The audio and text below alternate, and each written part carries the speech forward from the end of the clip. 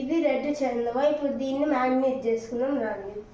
ఇది ఒక దాంట్లోకి వేసిన తర్వాత ఇది ఉంది కదా, దీన్ని ఇలా కొంచెం కొంచెం తీసుకొని ఇలా అనుకోవాలి లోపల బయట.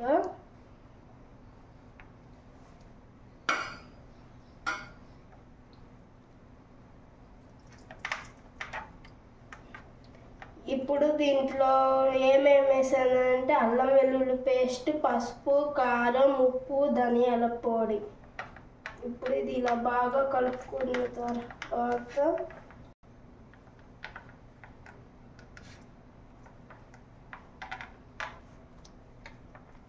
ఇప్పుడు ఇదే మనం లోపల కానీ పెట్టుకుందాం.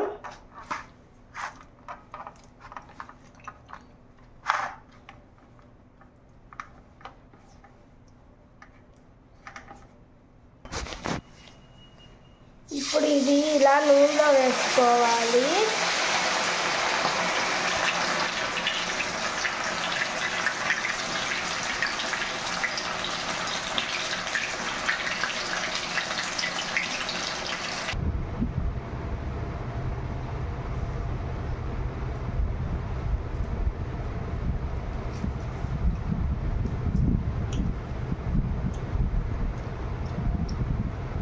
Please like, share and subscribe to Priya Sisters.